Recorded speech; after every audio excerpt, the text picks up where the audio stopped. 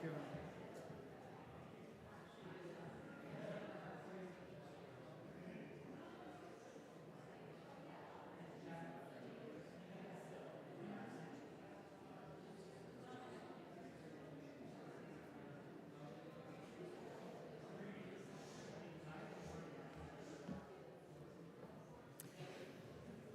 Good morning and welcome everyone. I'm going to invite us to rise in body and spirit to begin our morning with a song, number 348, Guide My Feet. The words are on the screen, or if you want to read the music along with, you can open up the gray hymnal to number 348.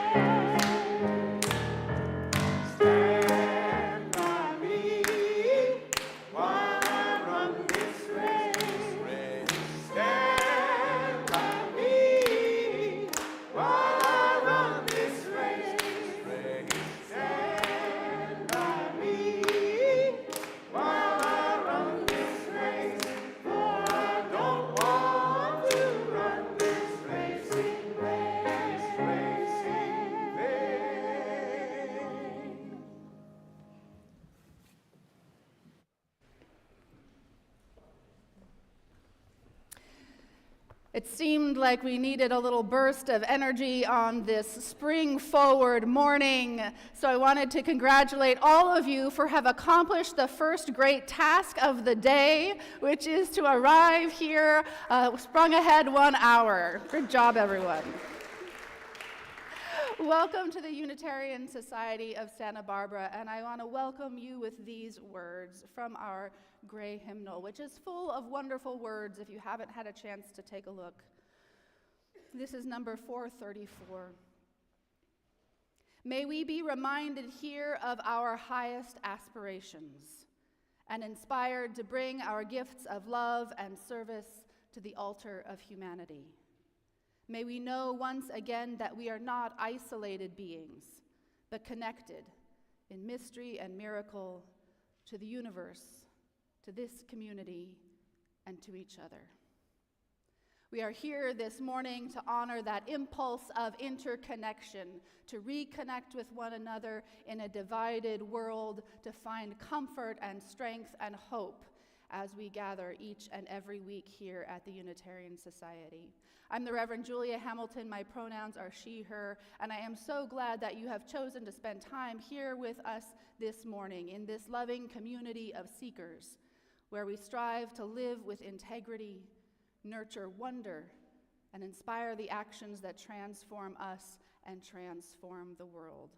I'd like to welcome you here in our physical sanctuary, as well as those of you who are joining us in our virtual sanctuary online. We are one community on one earth under the same sky, and it is good to be together. I'd like to extend a special welcome to anyone who is joining us for the first or maybe second time, friends, family, near and far. We would love to get to know you better, and we do have a newcomer orientation on the second Sunday of every month, which is this Sunday, which means that folks will be gathering in the office right across the courtyard here to answer any questions you might have about the Unitarian Society, get to know other newcomers, and find out more about how you can get connected to this community. If you want to find out more about how you can get connected to this community, I encourage you to fill out the visitor form if you're joining us online, or the connection card you can find at the welcome table. And normally there's an insert in the order of service with all kinds of fantastic things. However, there's a challenge this week. You're going to have to read your email on Fridays, because we had a misprint in the order of service this morning. So that insert isn't there, but I want to highlight a few of the things that are coming up in this very active month beyond Sunday morning. And the first is that next weekend is a wonderful opportunity to refresh your spring closet with our fashion fling. This is the week to bring your consignment quality clothes here, drop them off on campus anytime during the week, and then next Sunday invite friends, family, neighbors. All are welcome to find new treasures at our fashion fling, this annual really fun event for everyone. So keep an eye out for that. This week, we also have our Contemporary Issues Forum coming up, an opportunity to engage with the issues of our time. And this month, we have invited a professor from UCSB who works on something called the allosphere, which is a dynamic way of artistically interpreting data in a visual environment. And I've visited the allosphere myself. It's quite a remarkable thing she is working on with this project of researchers at UCSB, so I encourage you to consider coming to the Contemporary Issues Forum. If a more reflective evening is your speed this week, we do have our monthly Taizé service, our evening service of quiet music, some silence, some readings, a way to refresh midweek. That's Tuesday evening at 6 o'clock. We fill the candlelight with sanctuary. Our intern minister, Carolyn Bjerke, and I will be leading that service on Tuesday. And finally, I want to bring everyone's attention to the town hall we are having next Sunday, where we are going to be talking more about the vision for our capital campaign that is coming up this fall, including some of the first renderings from our architect about how we might re-envision some of these spaces on our campus. It is really wonderful to be able to present to the whole congregation these first glimpses that our building team has been seeing, and I'm excited to see you all there. I invite you now to take a breath. There is so much going on in the life of this community and in the lives of each of us who gather. I invite you to give yourself the gift of this hour, to be fully present to this community and to yourself as we ring our bell and let the sound connect us.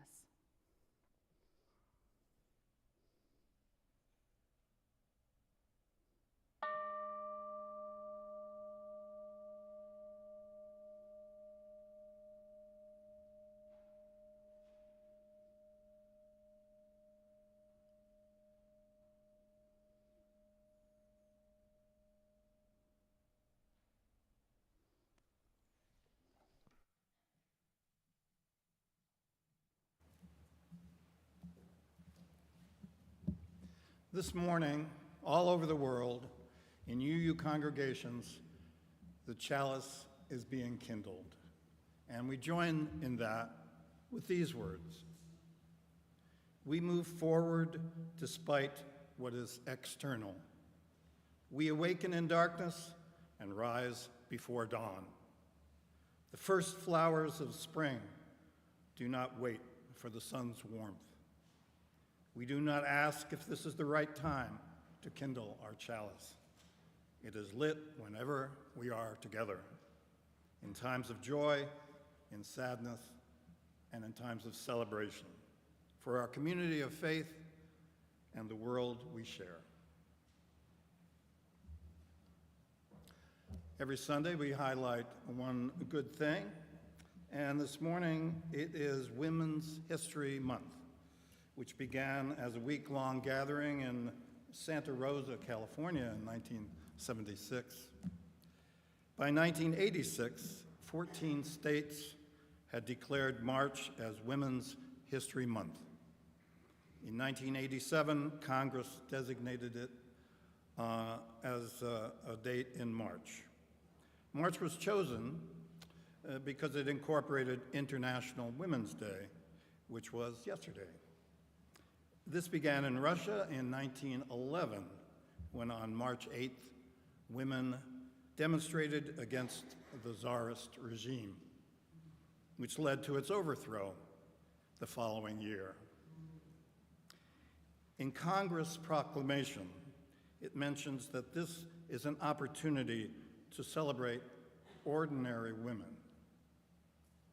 I can assure you that none of the women in my life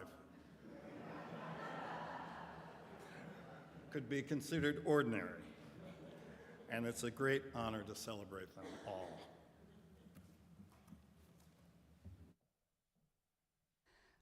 Before we sing again, I invite us to turn to each other for just a brief moment and introduce yourself. Say hello, welcome each other into the space. I know we have been gathering in communities large and small on the street. This is an opportunity to say hello.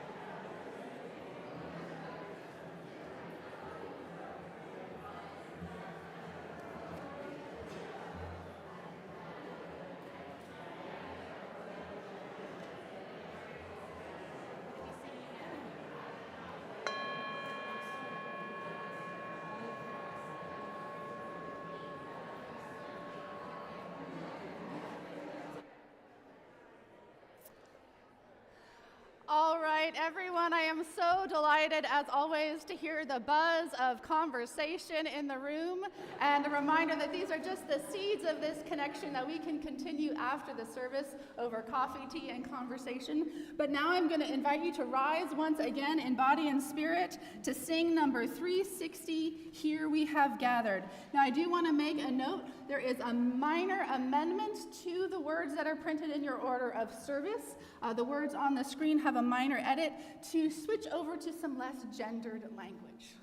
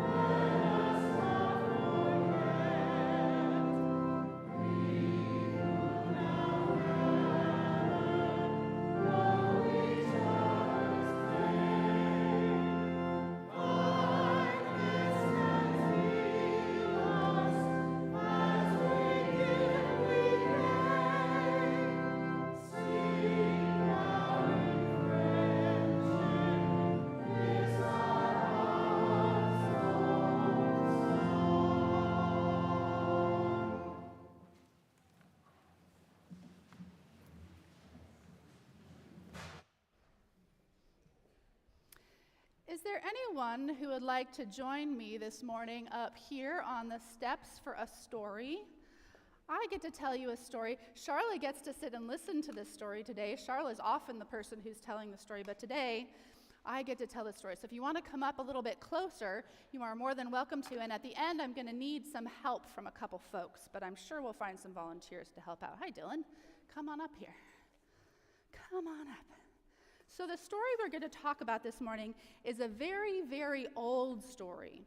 And we tell all kinds of stories here at the Unitarian Society from all kinds of places, and this one comes from ancient Greece. How many of you have read stories, myths from ancient Greece? How many of you have read some of those, right? So they've stuck around for a long time, often because we find wisdom in the stories that we tell over time. So this is a story about someone named Narcissus. Now, Narcissus was the son of a river god and a river nymph. A river nymph is kind of like a spirit who lives in the water. And Narcissus, as a baby, everyone agreed, was the most beautiful baby anyone had ever seen. Now, I know every parent thinks their baby is the most beautiful baby, and all of your parents think that you are the most beautiful babies, but everyone agreed that this baby was something special. And Narcissus grew and grew into what everyone agreed was a beautiful, beautiful human being. And in fact, so many people told Narcissus so often that he was the most beautiful person that they'd ever seen, that he started to think that, well, when he was going to fall in love with somebody, they needed to be just as beautiful as he was. And lots of people fell in love with Narcissus, but he never fell in love with anyone else. And one day he was out hunting in the woods, and he stopped by a cool stream where there was a little pool of still water to dip his hands and splash some water on his face to cool off because he was warm from hunting. And as he bent down into this look in the pool in front of him, he saw the most beautiful person he had ever seen. What was Narcissus seeing when he bent and leaned down over the water? Anybody guess? Himself. He saw his own reflection in the pool, and he was so awed by the beauty of what he saw. He was transfixed. He couldn't move. He just stayed there and stared at himself in the water. And he longed to talk to this other person in the water, and he reached out and he put his hand in the water, but the ripples disturbed it, and the person went away.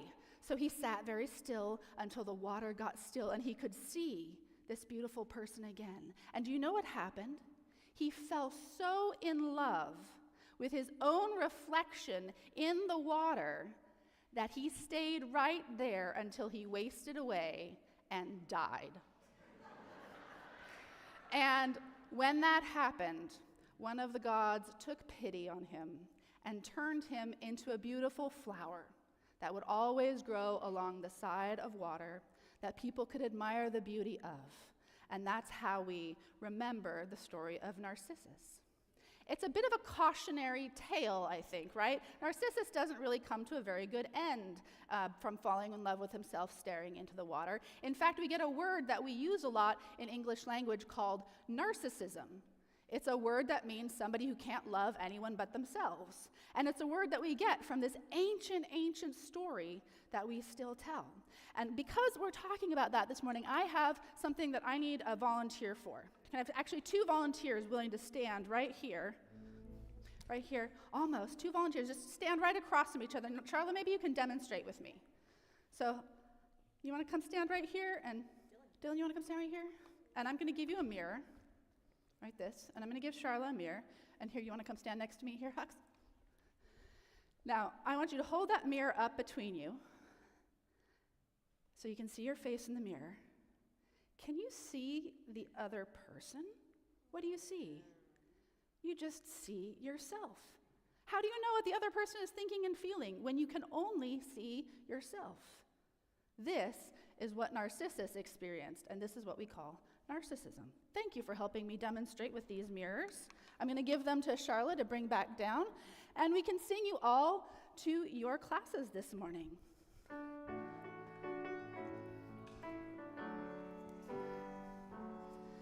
We hold you in our love as you go, May your heart be at peace as you go, to nurture the spark of your precious life. We hold you in our love as you go.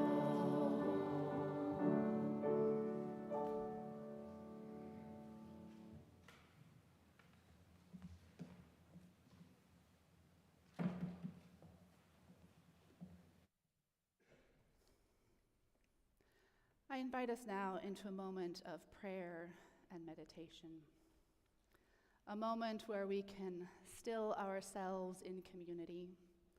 I invite you to pay attention once again to your body in this space.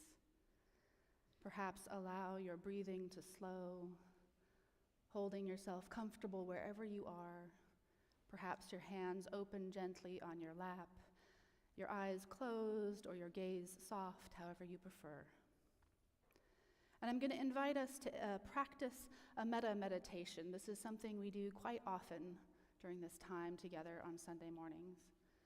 An opportunity to practice compassion, an opportunity to soften our hearts that are so often guarded as we go about our week, an opportunity to stay flexible and alive to this moment, to what is stirring within you, so that you may meet this moment in the world.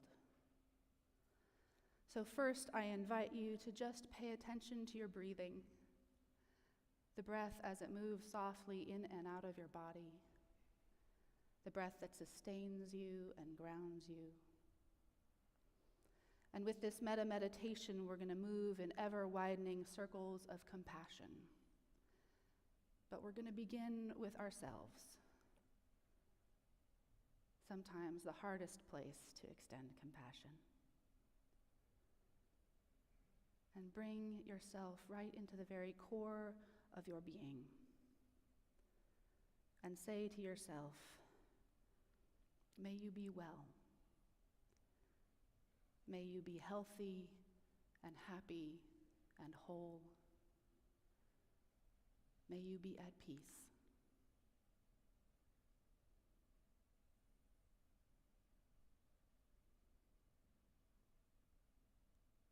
Breathe another breath in and out into this compassionate place in your heart. And now call to mind someone who it is easy to love. Pull down that mirror and instead see the face of someone you know, a very specific, particular person in your life for whom it is easy to feel compassion. And say to that person as you bring them to mind, may you be well. May you be happy and healthy and whole. May you be at peace.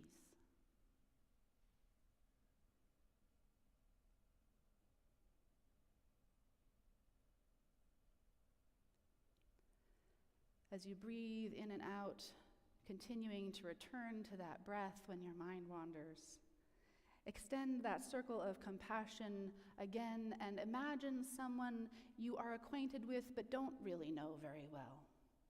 An actual, real human being out there in the world who you cross paths with from time to time, but maybe you don't even know their name. Maybe it's the clerk at the grocery store, someone you work with, a neighbor. Call them to mind in all of their beautiful particularity, all of their humanity, and say to this person, may you be well. May you be happy and healthy and whole. May you be at peace.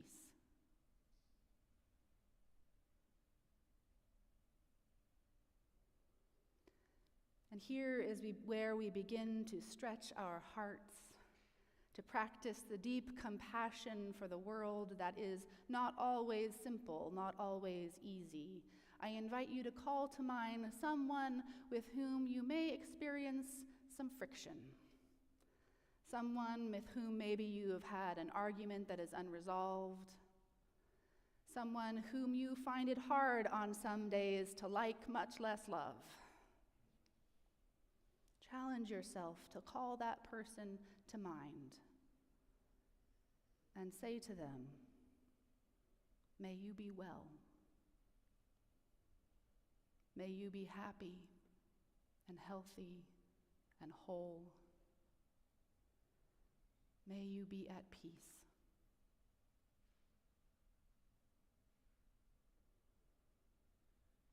And with one more breath in and one more breath out, reminding that we breathe together every day, extend that circle of compassion as wide as your imagination can hold it, encompassing all of this community outside the walls of this congregation, outside the bounds of Santa Barbara County, outside the bounds of any border we human beings have laid upon the earth, as wide as you can extend that circle of compassion until it encompasses all. And say to all beings everywhere, may you be well. May you be happy and healthy and whole. May you be at peace.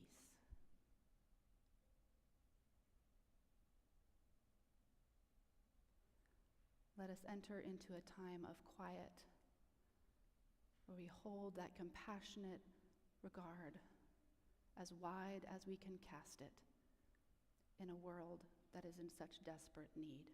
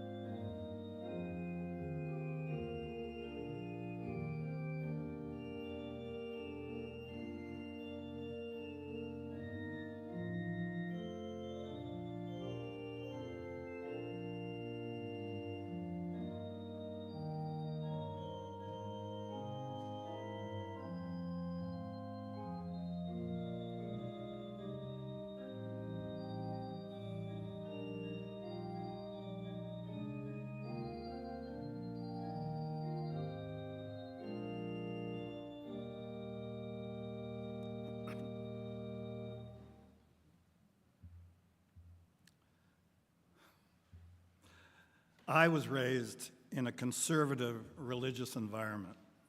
Traditional beliefs and strict social code.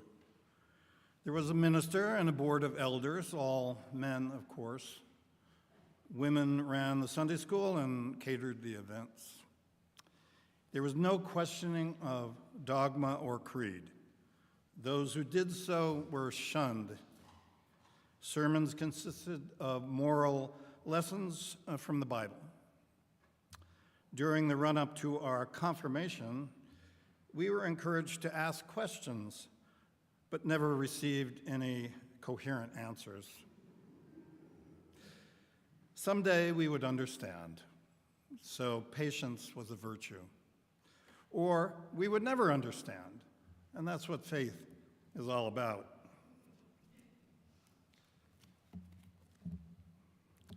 I don't remember buying into any of it.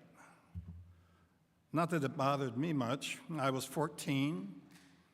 As the minister droned on in our religious education group, I was thinking about the girls. Architecture and industrial design is my background, but for many years, I got away from it. Then my wife Donis and I had the good fortune to design and build our own home here in Santa Barbara. I loved the process and wanted to get back to it.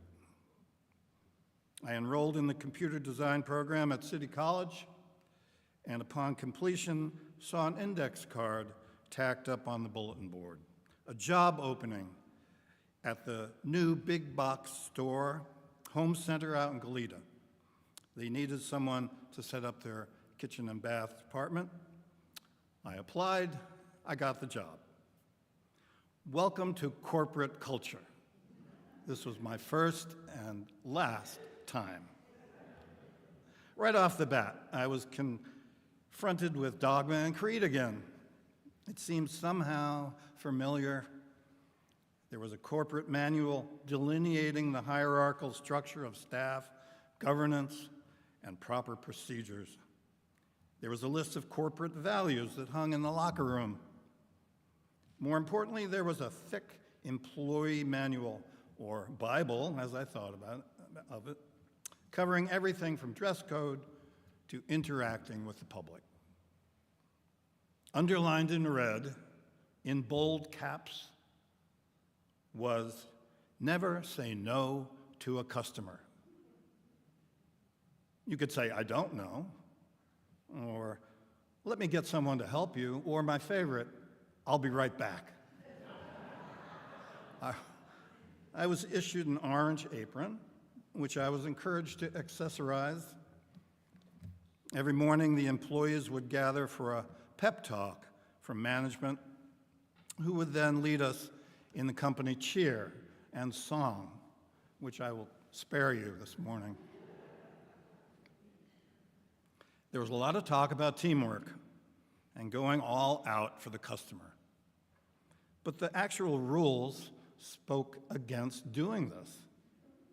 For example, my responsibilities consisted of meeting with customers, defining the parameters of their project, and designing it. We had a guy who would measure the space and give me a floor plan of their home. I could not visit the site myself. I considered that a vital part of my job. There were 2 girls in charge of pricing, ordering, and interacting with the manufacturers. I couldn't do that either. The biggest obstacle to rapport was the time limit placed on how long we could take with potential clients. 20 minutes. Perhaps the store was ahead of its time in this, as my doctor has also adopted this system. I could never square what was happening on the ground with the lofty values hanging in the locker room. They didn't work in lots of ways. On the one hand, we were told to adhere to corporate rules religiously and concentrate on selling merchandise, as the design service was free. On the other hand, we needed to be engaging, respectful, and creative. I started breaking the rules right away. I would go meet with people in their homes on my own time to understand what they wanted or thought they wanted and get a feel for their home environment. I brought this up in our pep rallies and my private talks with management. I was warned not to get a reputation as a complainer. Follow the rules and you'll never be wrong. Human beings are unique in that we can embrace two separate and conflicting realities at the same time. But it doesn't last forever. People wake up or start acting out in weird ways. One night I went into the receiving area and there were two guys, each on their own forklifts, dueling with each other and careening around the room. The next morning I went in to check on my shipment of cabinets. One box had a hole in the side exactly matching the metal arms of that forklift. The cabinet was trashed. The floor manager said he would sign it off as having been damaged in shipment. As far as I know, these guys never were disciplined. After all, there were no rules against dueling with forklifts in the employee manual. I worked with a gentleman who would disappear for lengthy intervals. One afternoon, I found him napping between the great rolls of carpet in the warehouse. There was a young woman I had partnered with who had a drinking problem. She not only drank on the job, but would come into the store on her days off and sleep under the desk. One of the women in the order department would scream violent abuse at me for just breathing her air. I never found out what this was about, but I couldn't say anything to her because she would just accidentally, of course, misplace my paperwork. After a year, I knew it was time to end this craziness. And as so often happens, fate steps in to lend a hand. I had a client, an elegant woman, somewhere in her 60s, always attended to by her companion, an enthusiastic younger man. She explained that she wanted a new bedroom suite with lots of light, bright colors, and a new bathroom with the most expensive features. After a week, we met, and I gave her my proposal, which she liked. But her companion spoke up. But wouldn't it be nice to have a balcony with French doors? Back to the drawing boards I went. At our next meeting, he said that there needed to be even more light and suggested large skylights could be included.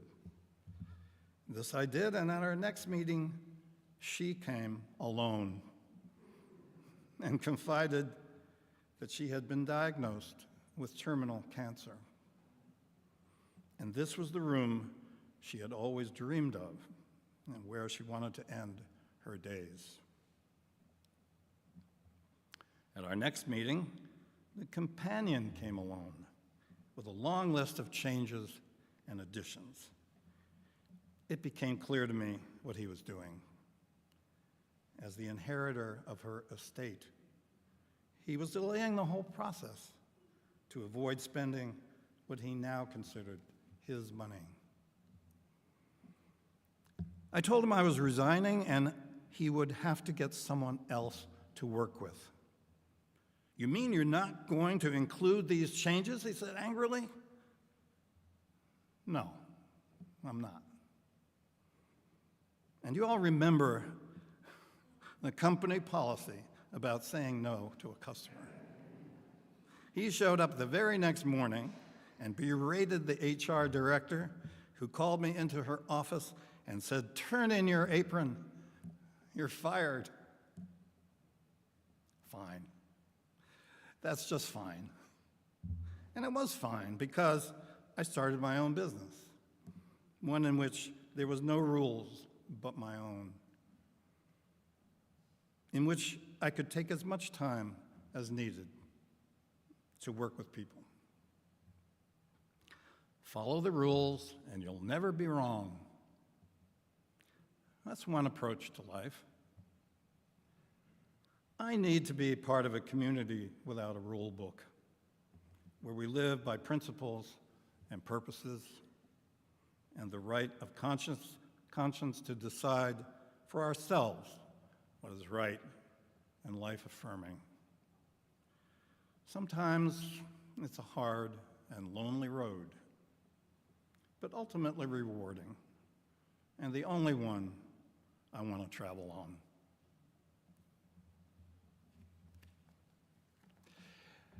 Each Sunday we donate 25% of our offering to a worthy cause, and this month it has been to the Children's Easter Egg Hunt for Justice, where the kids decide for themselves where they will spend the money. Will you please join me in reading our affirmation of gratitude and giving on the TV or in your order of service? Let us be grateful when we are able to give, for many do not have that privilege. Let us be grateful, for we are enriched by their giving. And let us be grateful even for our needs, so that we may learn from the generosity of others.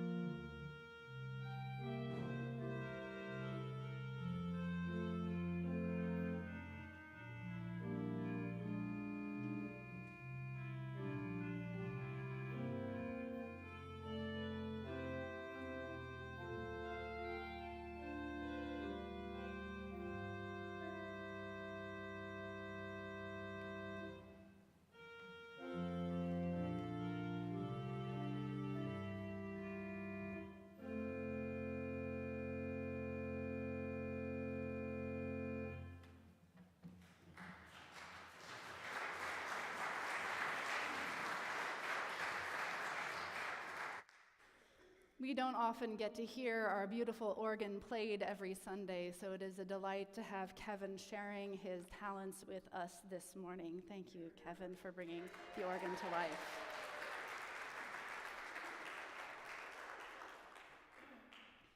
Good morning.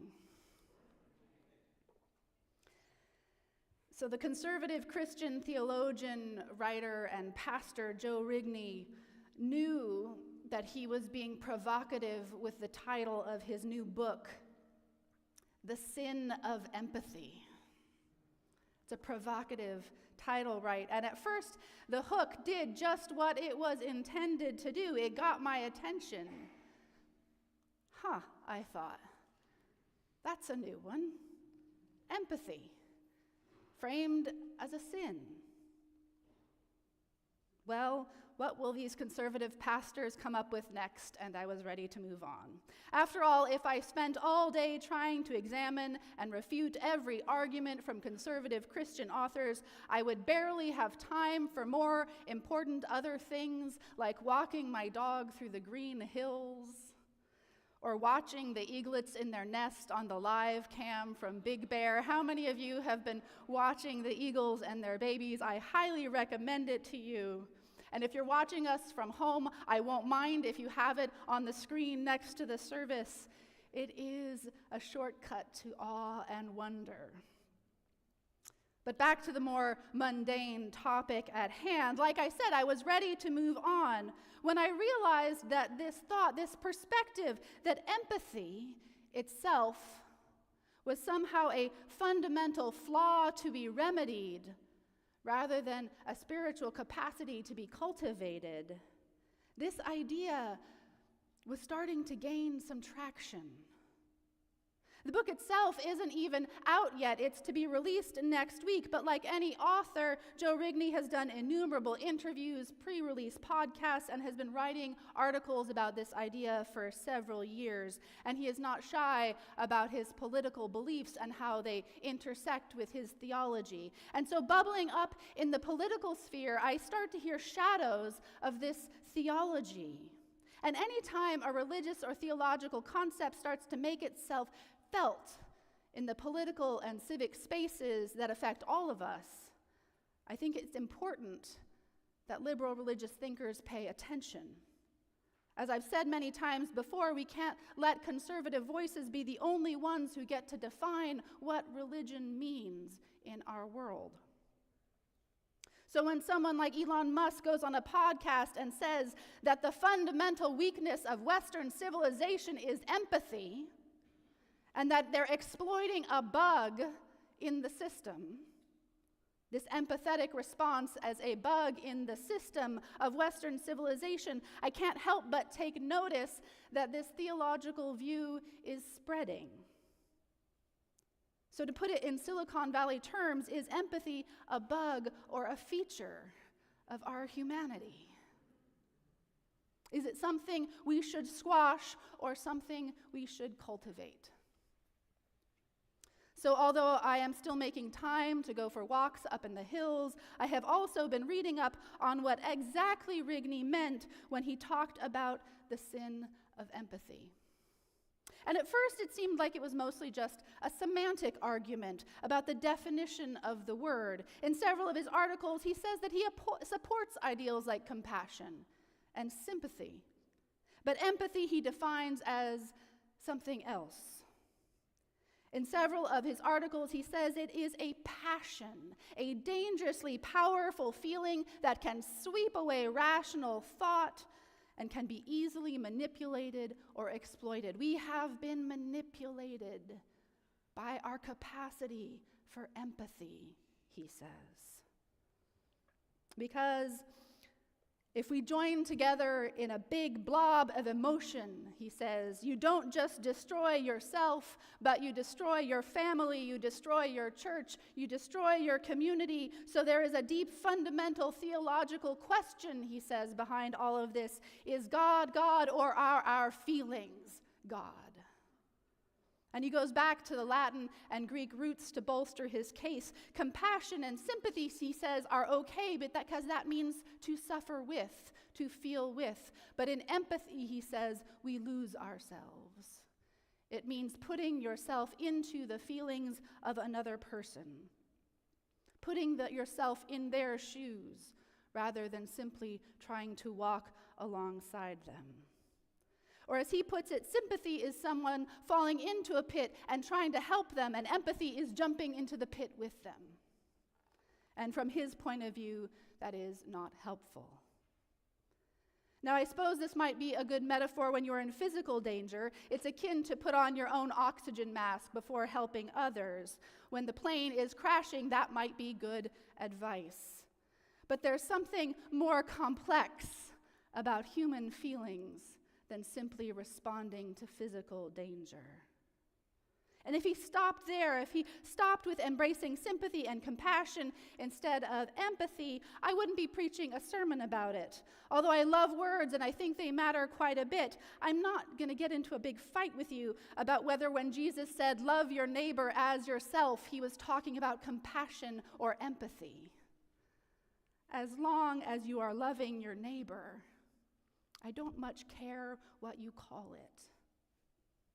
But after digging a little deeper, it became clear there was a much bigger concept at stake than just splitting hairs about different definitions of words. Because after discussing these definitions and condemning empathy as a dangerous passion that can lead one to over-identify with the feelings of another, the underlying conversation emerged, which was about power, gender, identity, and sexuality. Rigney adheres to a conservative theological tradition that does not ordain women or allow them into organizational leadership positions within the church. He condemns homosexuality, and it goes without saying that he does not affirm the rights or even the existence of people who are transgender. He believes there is a natural order to the world, ordained by God, communicated through the Bible, and upheld by a hierarchy of power. A hierarchy that puts men in charge of discerning what is true and right, and charges women with nurturing the family under the leadership of the men who are charged with ruling the world. Or as he said in an interview, rejecting empathy as a virtue means you don't allow yourself as a man to be held hostage by other people's feelings, like those of your wife or children. And it means you don't have to feel guilty about the suffering of people you don't know, like immigrants at the border. And it means that you don't allow another person's feelings to override your understanding of the truth, as in the case of when a person feels their gender doesn't match their physical form. And so you can see why this theology might be attractive to some people who are already holding power. As he puts it, feelings should be governed by truth. Which on the surface sounds somewhat benign. After all, who doesn't like truth? But of course, it prompts the question, who gets to decide what is true? And it is also a clever way of saying that women, with their dangerous, overly empathetic passions that can be so easily manipulated, should be governed by men who by their God-given nature are better able to discern truth from falsehood. Or to put it in words that have become a cultural cliche, Father knows best. And what happens when this natural order is not followed? What happens when, God forbid, you let a woman into the pulpit? As Rigney said in an interview, it is no surprise that in a culture which has become dominated by feminism, it is deep in the American system by this point, that in that same time frame you would have an outbreak of empathy that would become the steering wheel by which every institution is hijacked. That is to say, people who are currently in positions of great power, influenced directly by this kind of patriarchal theology, are hard at work trying to cure the outbreak of empathy among us. There are other outbreaks I think are more urgent. So as I mentioned at the beginning of this sermon, normally I wouldn't spend this much time deconstructing a conservative theological position that I so obviously disagree with. But this position, this misogynistic anti-empathy movement, is growing in power and influence, and it is not just in the conservative pulpits of churches, which we can opt out of, thankfully, but it is influencing the minds and hearts of those in power in our government and civic spaces, which we cannot opt out of. So what is our theological response?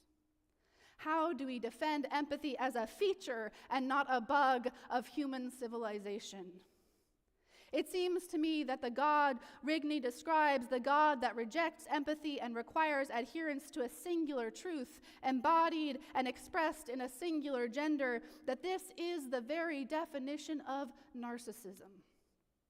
That is to say, instead of God creating humankind in the image of the divine, this is clearly God imagined very specifically in the image of the men who created him. An infallible patriarch, a reflection of their own desire for power and control. Like Narcissus, unable to love anyone as deeply as they love themselves. Unable to empathize, unable to fully grasp the worth, dignity, and beauty of the lives of people below them in the divinely ordained hierarchy of power. And in a hierarchical structure like that one, this reflection of self then ripples downward, seeking to replicate itself in each layer of relationship.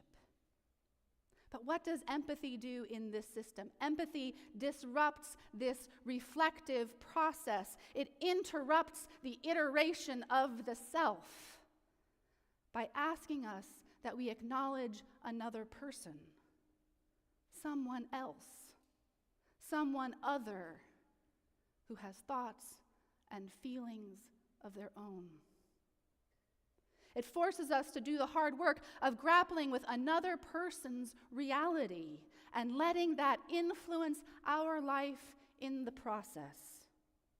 Empathy, the process of imagining another person's feelings in any given situation. This is not about losing yourself, not about submerging yourself in another person or letting their feelings completely override your own. Rather, it's about granting that they are fully human too.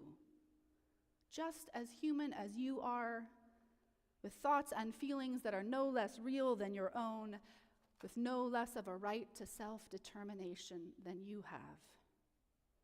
In short, empathy allows us to understand that other people are real as ourselves. It crosses the boundaries of identity to arrive at the fundamental truth of our shared humanity. Empathy is the opposite of narcissism. It sees the other person and asks, not what do I see of myself in you, but what parts of you might I find within myself? It decentralizes you for a moment. It places you, me, everyone on equal footing as part of a web of interconnected relationships, not a tower of power, as it were. In this room, in this faith, each of us may hold a different definition of God or the divine or the sacred, or hold no need for a God concept at all. But no matter what definition of the divine we might embrace, the fact that we hold pluralism as a value means it must be a non-hierarchical definition of the divine. A definition of what is sacred that is less about the unchanging revelation of a singular fixed truth and more about the divine as ever evolving, always becoming, this beautiful diversity of truths that we search for in each other's company.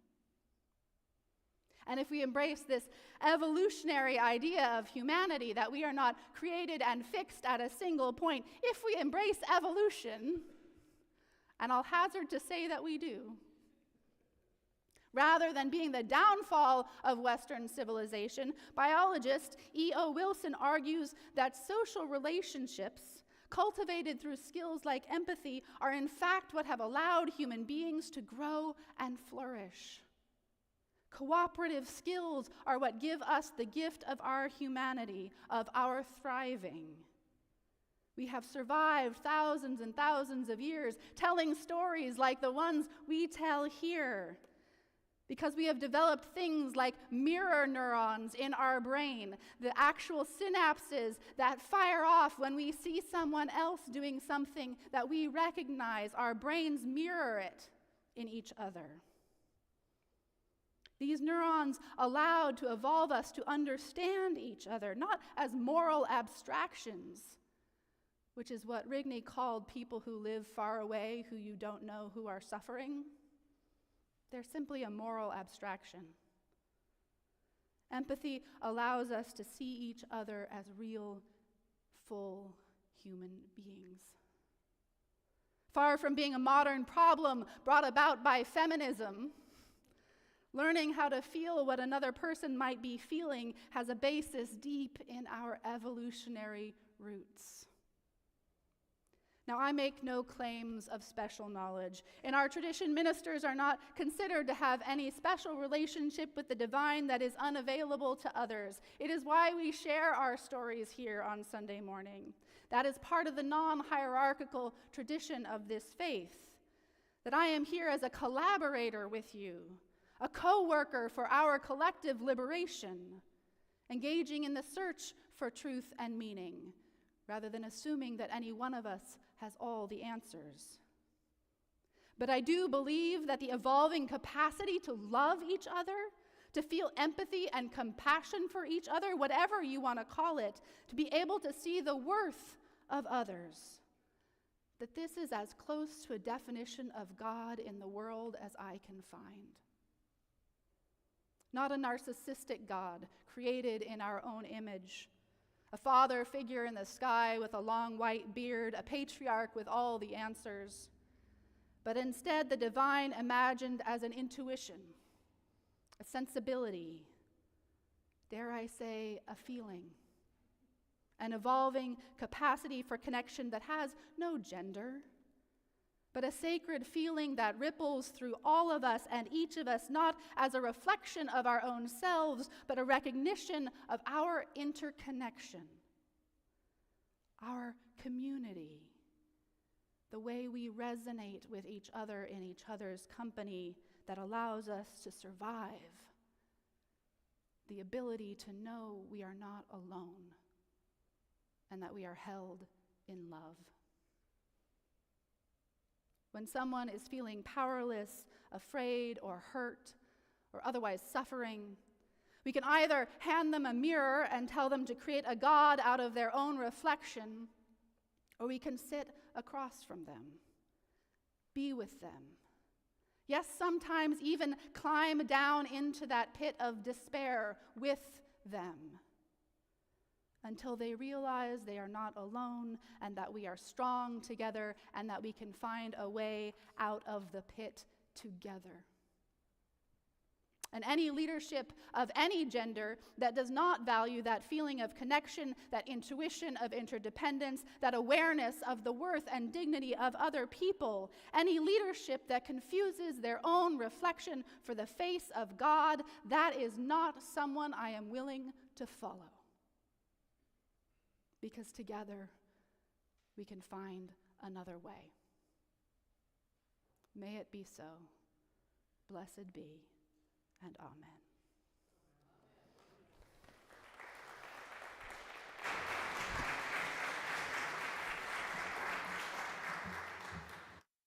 Let us practice not just in words, but also in singing. Let us sing together number 299, Make Channels for the Streams of Love.